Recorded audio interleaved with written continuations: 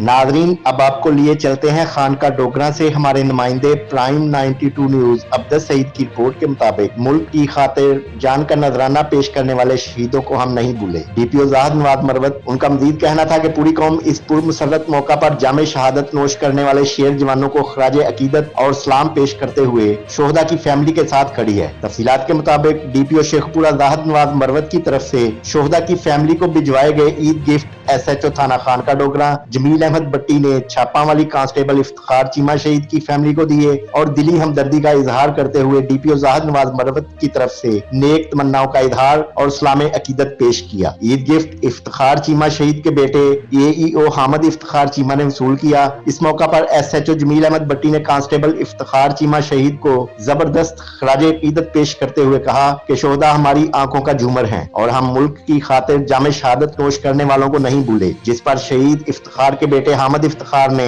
SHO के साथ साथ डीपीओ ज़ाहिद नवाज मरवत का शुक्रिया अदा किया।